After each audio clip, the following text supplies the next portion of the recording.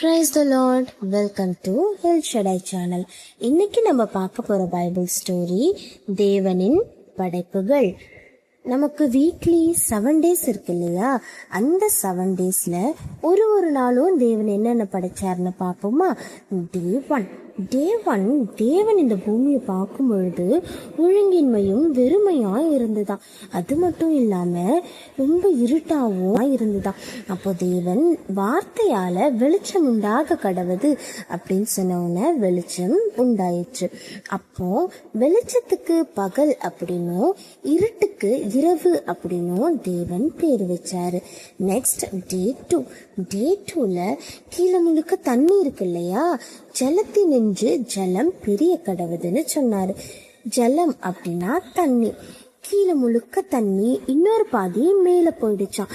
அப்போ 2 தண்ணியும் இருக்கு இல்லையா? கீழேயும் தண்ணி இருக்கு, மேலேயும் தண்ணி இருக்கு. அதுக்கு நடுவுல தேவன் ஆகாய விரிவு அப்படின்னு சொல்லிட்டு ஒன்னும் உண்டு பண்றாரு. அதுதான் வானம். நம்ம அண்ணாந்து பார்த்தா வானம் தெரியுது இல்லையா? அதுதான். டே 3ல கீழே ஃபுல்லாக தண்ணி இருக்கு. இப்போ நம்ம நடக்கணும்ல, அதுக்காக தேவன் ஜலமெல்லாம் ஒரு இடத்தில் சேர கடவுது. அதாவது ஜலம் எல்லாம் ஒரே இடத்துல போகட்டும் அப்படின்னு சொன்னாராம். ஜலமெல்லாம் ஒரே இடத்துல போனோன்னு அதுக்கு சமுத்திரம் அப்படின்னு பேர் வச்சாரு. நம்ம இப்போ பார்க்குறோம்ல பீச், ஓஷன்லாம் சொல்கிறோம்ல, அதுதான் சமுத்திரம். நெக்ஸ்ட் மற்ற இடம் எல்லாம் காஞ்ச தரையாக இருந்துதான்.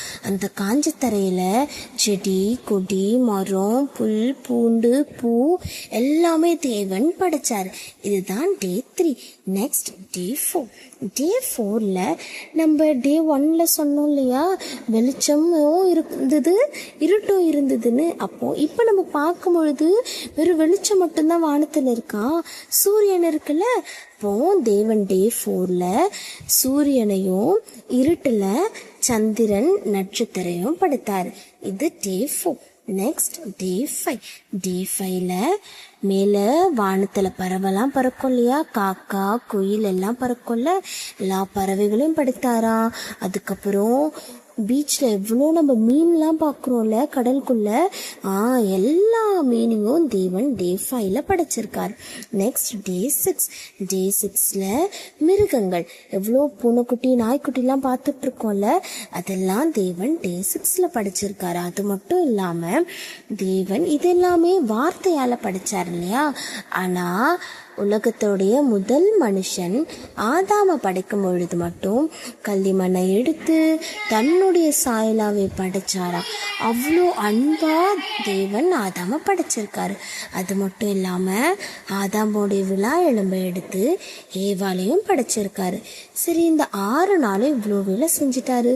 ஒரு நாள் நமக்கு ரெஸ்ட் வேணும் இல்லையா? அதுக்கு தான் 7வது நாள். தேவன் 7வது நாள்ல தான் ஓய்வெடுத்தார். அதுதான் டே 7. அப்படியே கூட வேதத்திலிருந்து நம்ம ஒரு பகுதியை வாசிப்போமா? ஆதியாகமம் 1:1.